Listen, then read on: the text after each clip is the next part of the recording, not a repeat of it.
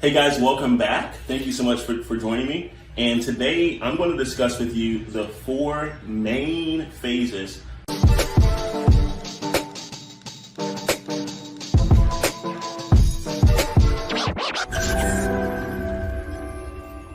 of a commercial real estate market cycle. All right.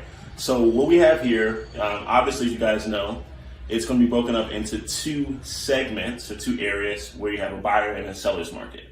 But within those within those markets, there are going to be smaller cycles. All right.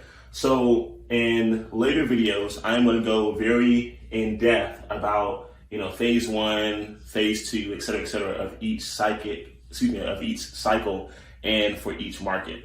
But for today's video, I just want to go over a few key points when it comes to the market cycles for commercial real estate, and then ultimately a few ways that you can kind of identify where we are. One thing that's been very interesting is the coronavirus, COVID-19 pandemic, global pandemic, has actually accelerated a lot of these cycles, or a lot of these mini markets across the United States. Okay, so let's just go right into it. So buyer's market phase one. We'll start there first. Buyer's market phase one is kind of where you'll see a lot of inventory that I consider to be more bloated, right? Like a belly, someone having a belly out like that, a little more bloated, meaning that there happens to be a little more supply than there is demand. All right, a little more supply than there is demand. There's a little bit more of an attempt of job growth to increase. So that could be more jobs coming into an area, but maybe not having the impact that people are expecting. That could also mean jobs leaving in the area, and that also having an impact as well. So there's going to be there's going to be a few factors that add to more supply being on the market than normal. When we go into a phase two for a buyer's market, things are really on the uptick. And the best way to describe phase two of a buyer's market is what's considered to be an emerging market. All right. This is that euphoria. Everything's going great. Rah, rah, rah. Okay. And we've seen this in the political cycle for the past, I'll say in the past 16 years. We have seen these cycles already in America's political market, which then influence much of the commercial real estate market cycle. When we finally get into a seller's market, we're looking more at, so when we get more to a seller's market in a phase one, I have here a CP, okay? So for all those you guys who have, who are big econ fans, we have our ceteris paribus, right? Which is a fancy word for equilibrium.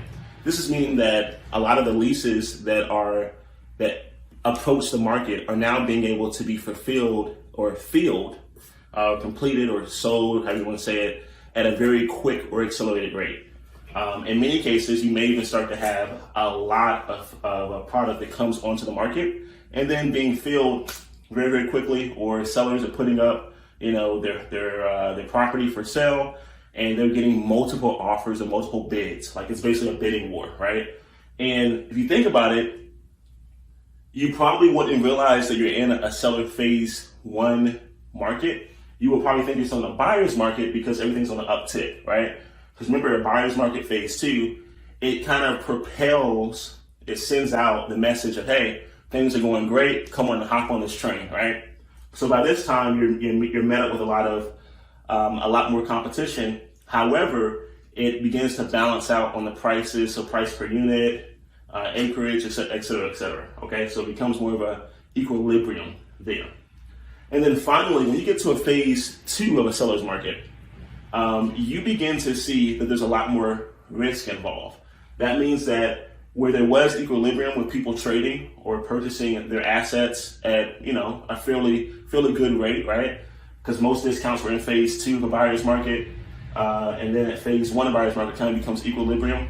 Well, at phase two of a seller's market, the sellers are essentially getting the best of the market at this point. So people begin to overbid for property. There becomes a scarcity of what's available in a market, right? So there's less supply. which means that people are willing to even aggressively go over things, and a lot of times just overpay, right? That's what's happening a lot of times.